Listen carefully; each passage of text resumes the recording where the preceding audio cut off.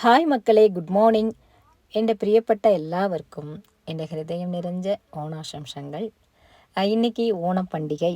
அதனால் காலையில் எழுந்திரிச்ச உடனே தலைக்கு குளிச்சுட்டு சாணி எடுத்துகிட்டு வந்து சாணியோட கொஞ்சம் மஞ்சளும் கலந்து நம்ம அடுப்பு எல்லாமே நல்லா நீட்டாக தொடச்சிட்டு அதுக்கப்புறம் தாங்க நான் கிச்சன் வேலையை ஸ்டார்ட் பண்ண போகிறேன். நைட்லேருந்து நல்ல மழை பெஞ்சிட்ருக்கு.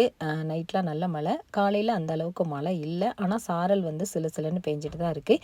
இன்றைக்கி நம்ம வீட்டில் ஓணம் ஸ்பெஷல் வந்து இருக்குங்க. இப்போ காலையில் என்ன ஸ்பெஷல் அப்படின்னு பார்த்தீங்கன்னா பழம்பொரி, அதாவது ஏத்தப்பழம் வச்சு பஜ்ஜி தாங்க பண்ண போகிறேன். இது வந்து இனிப்பான பஜ்ஜி. இது எப்படி பண்ணுறது அப்படிங்கிறத தான் உங்ககிட்ட ஷேர் பண்ண போகிறேன்.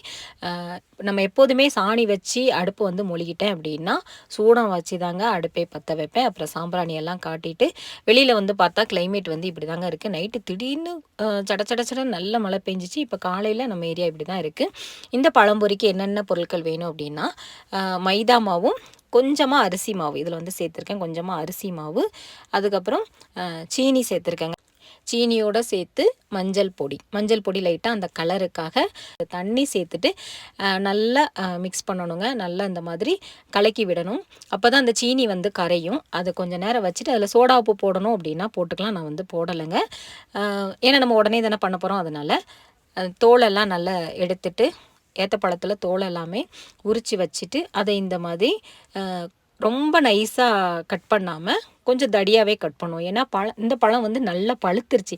நான் இதுக்காகவே அப்படியே வச்சுருந்தேன். இந்த பழத்தை இந்த மாதிரி சீவிட்டு அந்த மாவோடு நல்லா மிக்ஸ் பண்ணி அப்படியே எண்ணெயில் போட்டு எடுத்துக்கலாம் அப்படின்னு.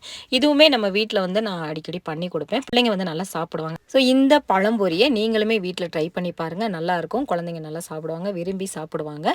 காலையில் ஒரு பழம்பொரியும் ஒரு கட்டஞ்சாயமும் குடித்தோம் அப்படின்னா வயிறு வந்து கம்முன்னு இருக்குங்க. நல்லா பசியாற்றும். ஒரு சொட்டு மாவை வந்து எண்ணெயில் விட்டு பார்த்தா எண்ணெய் வந்து நல்லா காஞ்சிருச்சு. அதுக்கப்புறம் ஒரு பழமாக மாவில் மிக்ஸ் பண்ணி போட்டு எடுக்க ஆரம்பிச்சிட்டேங்க. இது அப்பப்போ நம்ம போட்டு சாப்பிட்டோம் அப்படின்னா சூப்பராக இருக்கும். இதுக்கப்புறமா தான் ஓணம் பூக்கோளம் போடணும். மத்தியானம் சாப்பாடு வந்து ரெடி பண்ணணும். ஓணம் சத்யா ரெடி பண்ணணும். இன்னும் நிறைய வேலை இருக்குங்க.